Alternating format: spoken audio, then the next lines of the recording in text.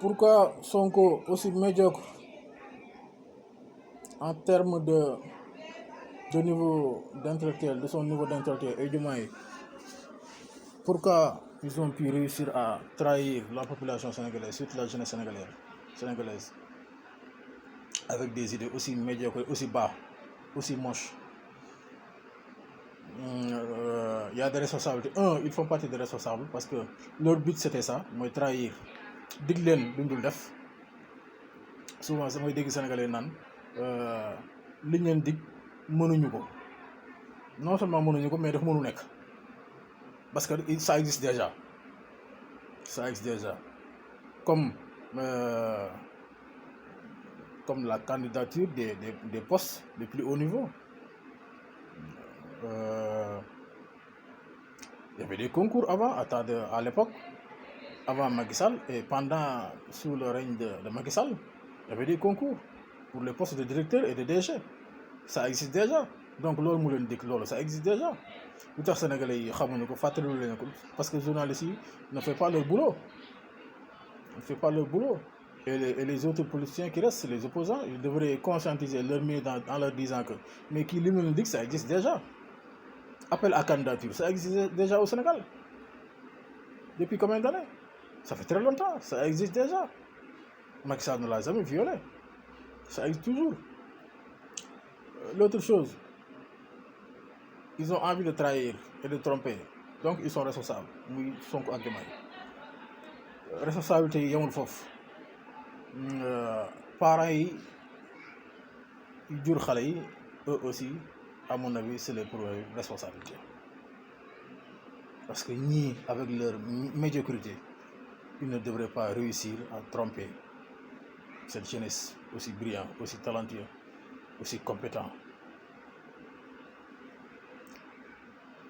Ils ne devraient pas le réussir. Pourquoi ils l'ont réussi? Parce qu'il y a un problème. Dans notre éducation de base, ces 20 dernières années, il y a un problème, un très sérieux problème. Yaru xale yi ci ñaar fukki at yi ñu génn problème bu sérieux moo ci am. Xale yi yaratuñ leen. Yar nite. Xale bu ñu ko yaree non seulement dafa war a yar mais dafa war a nite. Man Sonko et Diomaye ils ont aucune chance de me rouler dans la farine. Ils ont aucune chance parce que yar nañ ma fa ma war a yare, jur nañ ma fa ma war a juree. Ils ont aucune chance. Heureusement, je ne suis pas du tout né en 2000. Heureusement. Mais ceux qui sont nés ces 20 dernières années, ni réussir à le rouler dans la farine. Ça veut dire que les parents n'ont pas joué le rôle. Les parents, ils n'ont pas fait ce qu'ils devraient faire.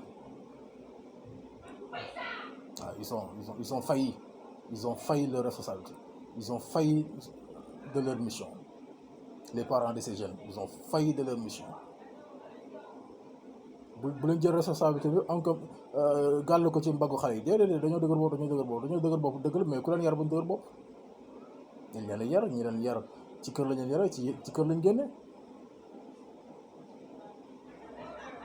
ñi leen yar ñan lañ ba tax médiocrité bi nga xam ne bi nekk ci ñii bi ñuy incarné même bu ñu leen joxee pouvoir médiocrité boobu ci la ñuy wéy ci la ñuy continuer buñ leen mënee nax dëgg-dëgg y a un danger dans notre éducation, dans les foyers, dans les écoles, dans la société, dans les lycées, dans les universités. Il y a un sérieux problème. Les parents n'ont pas joué le rôle. Ils ont failli de leur mission. Donc ils sont le premier responsable. Le deuxième responsable, avant le troisième responsable du Sonko et de Diomaye, le deuxième responsabilité, c'est l'État. Qu'est-ce que l'État a fait pour l'éducation des enfants? Qu'est-ce que l'État a fait? Pas grand-chose. Mais bi kaye mais loolu kese mënul yar xale boo def ko nit njaay mënul nekk. Ñun à l'époque ñun ñi nga xamante ni ñoo ne juste après 80. Mais dans les maisons, c'était comme dans les camps dans nos maisons, ce qui se passait là-bas, l'ordre qui régnait là-bas, mais c'était comme dans les camps militaires. Mag buy wax da ngay déglu bu lekk jotee mag mi ñëwul kilifa gi ñëwul toog mais bool bi kenn du ko ubbi xale buy lekk day téye bool xale bu waxee dañ ko jox kàddu xale buy toog dañ koy defarloo toogaayam xale buy yëkkati baat ci kanam mag day wax ndànk xale du jubanti mag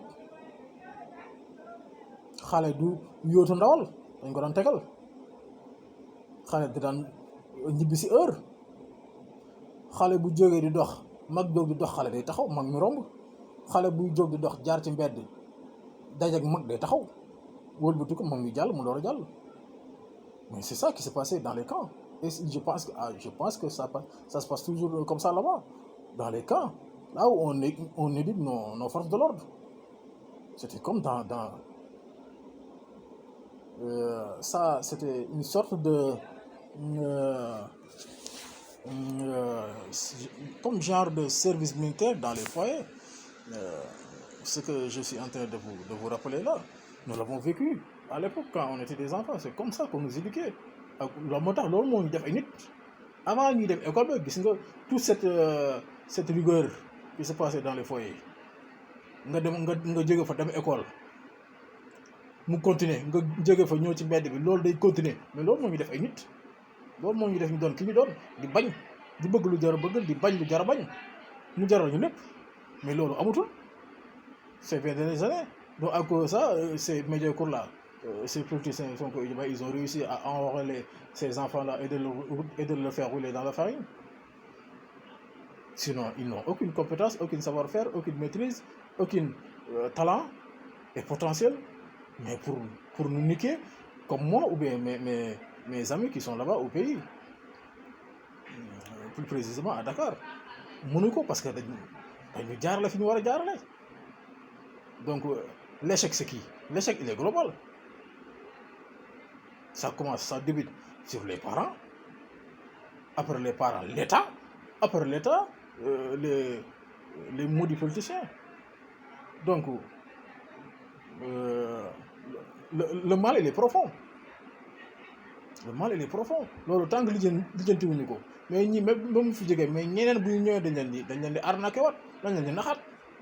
Donc l'État il a sur mes réflexions et la vision que j'ai, l'État a une énorme part de responsabilité de réinventer une autre façon d'éduquer les enfants après les maisons, dans la société et à l'école.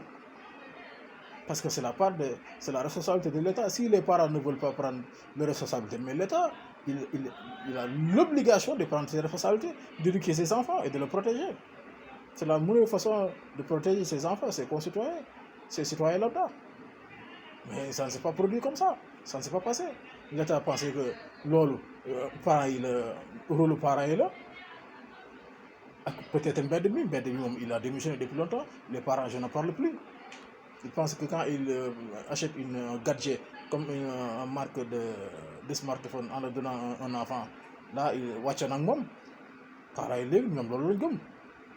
Et la réalité est tout autre chose. La réalité nous a montré que mais ils ont pris la fausse route. Les parents ils ont pris la fausse route. Donc eux ils ont démissionné depuis très longtemps, ça fait plus de 20 ans, 25 ans. Donc dans la rue, qui va prendre ses responsabilités? Où est l'État? L'État qui n'est pas là. Donc arnaque bi ñuy arnaque xale yi day continuer. Donc loolu en tant que jeune qui est ambitieux, futur politicien, moi j'ai des idées pour ça et j'ai déjà noté quelques-uns sur les carnets de notes que j'ai, qu'il nous faut un plan pour les enfants, pour sauver ces enfants-là, les enfants d'aujourd'hui et les enfants de demain, pour qu'ils puissent protéger leur pays, sinon ça ne va pas. Parce que ñii bu mbir yi jaaroon yoon dëgg fi mu war a jaar xale yi mel ni ñu war a mel julañ fa la ñu war a jula yàlla fa ñu war a yàlla ñu xam ñooy ñan ñii waruñu leen mën a nax ca dëgg-dëgg c'est malheureux et c'est dommage.